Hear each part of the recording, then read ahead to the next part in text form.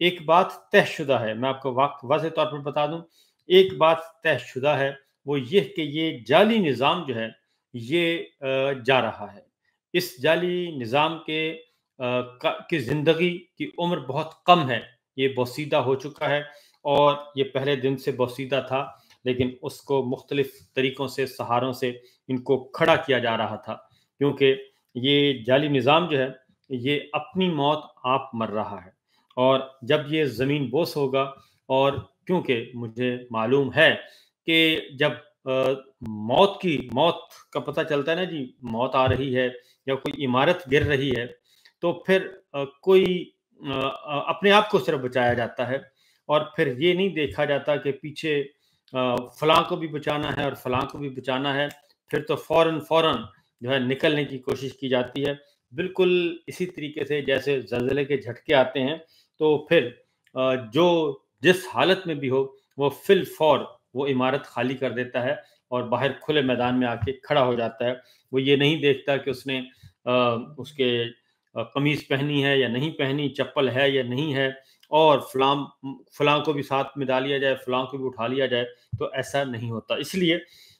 یہ نظام جو ہے یہ اپنی موت آپ مرنے والا ہے، اور اس میں بہت زیادہ جو رول ہے وہ عمران خان صاحب کا تو ہے ہی ہے، اور عمران خان صاحب کی صدا تو انہوں نے تو اپنی آواز جو ہے وہ ہر جگہ پہنچائی۔ اس میں سب سے زیادہ رول اس جعلی نظام، یہ جو بیٹھے ہیں جن کو مسلط کیا گیا تھا، ان کی ناکامیاں ہیں، ان کے کرپشن کے قصے ہیں، اور ان کی بیڈ گورننس ہے، اور پھر سب سے بڑھ کر یہ کہ جو عوام میں آپ کا ووٹ جو چوری کیا گیا تھا، آپ کی وجہ سے یہ سب کچھ ہو رہا ہے۔ اور چند ایک دو مثالیں آپ کو دوں گا، پھر اس کے بعد آگے بڑھتے ہیں۔ نمبر 1 یہ کہ ایک چاچا جو ہے، اب اس کا مزید پتہ چل گیا ہے، وہ چاچا ساجد نامی چچا جو ہیں وہ آئے، اور انہوں نے 2 کمنٹس کیے سیلاب کی وجہ سے، اور انہوں نے برا بھلا کہا، اور میں نے آپ کو بتایا ہے کہ کمزور آدمی، کمزور ترین آدمی کا جو کمزور ترین جو ہوتا ہے غصہ، وہ ہوتا ہے گالی نکالنا، اور یہ ہمارے کلچر کا بھی ایک حصہ بن چکا ہے، کیونکہ کمزور آدمی کے پاس کچھ نہیں ہوتا، کمزور آدمی کوئی آپ سے اپنا حق نہیں لے سکتا، چھیننا تو بہت دور کی بات ہے، وہ مانگ ہی نہیں سکتا، تو اس لیے اس کے پاس چند الفاظ ہوتے ہیں، وہ الفاظ وہ بول دیتا ہے، تو اس نے وہ الفاظ بولے، اور اس کے بعد پھر اس کو اٹھا لیا گیا۔ اب پتہ چلا ہے کہ اس کے جو وارث ہیں، جو اس کے فیملی ممبرز ہیں، وہ پہنچ چکے ہیں، فیملی ممبرز ان کے پہنچ چکے ہیں ان کی بازیابی کے لیے، اور لاہور میں یہ تھانہ جوہر ٹاؤن ہے، وہاں کا یہ واقعہ ہے، اور وہ پہنچ چکے ہیں، اور نہ صرف بلکہ سیشن جج صاحب نے آرڈر بھی کیا ہے اور رپورٹ طلب کر لی ہے، کیونکہ وہ پولیس کی تحویل میں ہیں، اور ایس ایچ او صاحب نے ہی وہ ویڈیو بنوائی تھی۔ تو یہ ہے پنجاب، اور پنجاب کا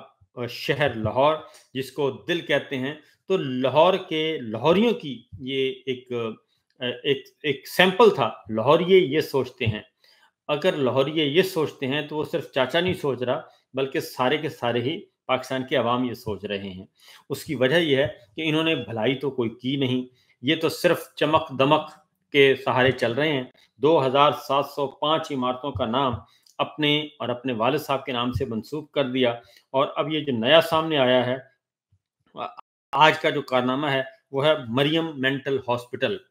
اب ہاسپٹل کے نام بھی، اور مجھے لگتا ہے کہ آنے والے دنوں میں یہ جو ڈنگر ہسپتال ہوتے ہیں، ہر ضلع میں ڈنگر ہسپتال بھی ہیں جانوروں کے، اور میرا خیال ہے کہ یہ ڈنگر ہسپتال بھی ان کے نام پہ رکھے جائیں گے، اور ہو سکتا ہے مریم ڈنگر ہسپتال کالا شاہ کاکو بن جائے، اور مریم ڈنگر ہسپتال فیصل آباد بن جائے، مریم ڈنگر ہسپتال لاہور بن جائے، تو یہ ڈنگر ہسپتال بھی ان کے نام سے ہونے والے ہیں، کیونکہ مریم مینٹل ہاسپٹل تو آ چکا،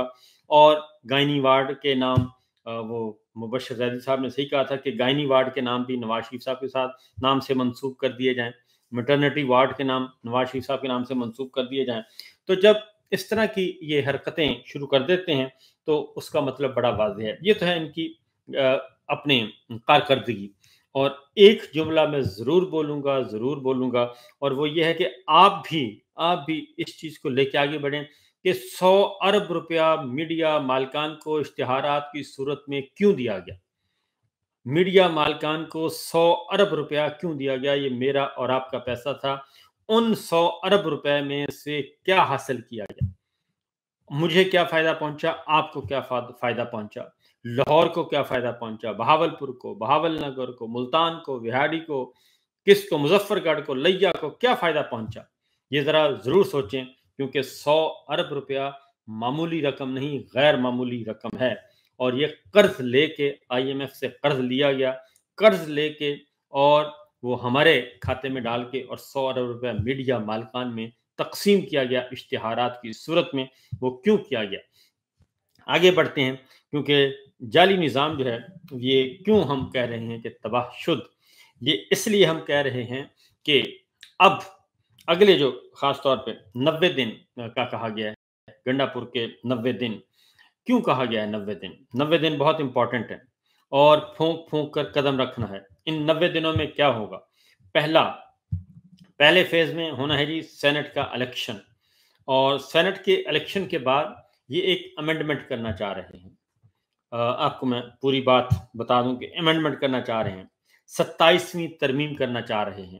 اور یہ 27ویں ترمیم اس بات کا امکان موجود ہے کہ یہ اگست میں کریں گے، اور جولائی میں سینٹ کا الیکشن ہونا ہے، اور سینٹ کا الیکشن پورا ہونے کے بعد،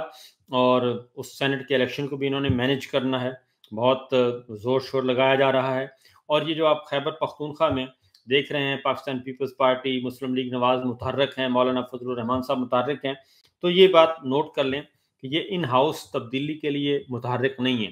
یہ ان کا یہ بتا یہ رہے ہیں، کہانی یہ کر رہے ہیں، یہ کوئی ان ہاؤس تبدیلی نہیں آنی خیبر پختونخوا میں اور کسی قسم کی، اور وہ اگر وہ تبدیلی آنی ہوگی تو وہ پاکستان تحریک انصاف خود ہی لے کے آئے گی۔ ان میں کوئی زور شور نہیں ہے، نہ نون لیگ میں، نہ پیپلز پارٹی، نہ مولانا میں۔ یہ تو صرف یہ سارا ماحول اس لیے بنا رہے ہیں، ایک بات ذہن میں رکھیں، نوٹ کر لیں کہ یہ سارا ماحول اس لیے بنایا جا رہا ہے کہ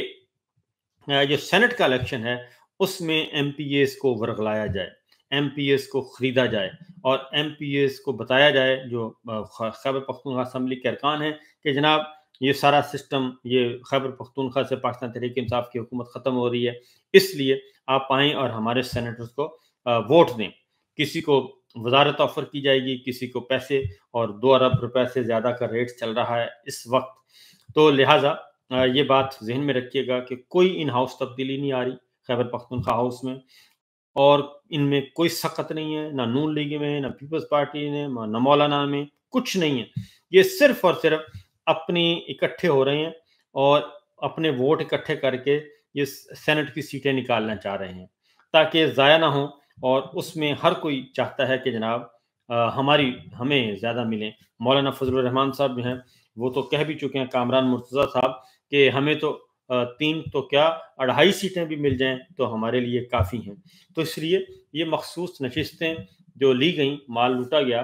وہ ان سب نے مل کے کیا ہے۔ اس میں مولانا بھی شامل ہیں، اس میں نون بھی، پیپلز پارٹی بھی، کاف لیگ بھی، MKM، ساری جماعتیں شامل ہیں، اور بڑے خوش ہیں کہ یہ مال غنیمت ان کے حصے میں آیا ہے۔ اس لیے یہ سب ایک ہیں، اور اب بھی یہ انہی مخصوص نشستوں کے بدلے میں اب سینٹ کا جو الیکشن ہے وہاں سے یہ نمبرز لینا چاہ رہے ہیں۔ تو لہذا پہلی بات تو یہ ہے، اور دوسرا جو پاکستان تحریک انصاف کے بہت زیادہ متحرک لوگ ہیں، اور ان کو میں یہ ضرور کہوں گا کہ آپ اپنی پارٹی کو ذرا سنبھال کے رکھیں، اور آپ پہ اچھا وقت آنے والا ہے۔ آپ اپنے آپس میں لڑنے کے بجائے آپ اپنے مخالفین کو ٹارگٹ کریں، ان کا وقت ہے، ان کا پیڑا وقت آیا ہوا ہے، اور ذرا سوچیں کہ جو اس جتنے بھی ان کے دانشور تھے، خاص طور پہ حکمران اتحاد کے بہت زیادہ وہ سارے کے سارے ان کے خلاف لکھنا شروع ہو گئے ہیں، وہ ان کے خلاف لکھ رہے ہیں، اور ان کی جو کرپشن کے قصے بیان کرنا شروع کر دیے ہیں، اور بد نظمی، بے ضابطگی، وہ ساری چیزیں سامنے لے کے آ رہے ہیں، اور وہ اپنے منہ سے کہہ رہے ہیں کہ یہ نظام چلنے والا نہیں ہے،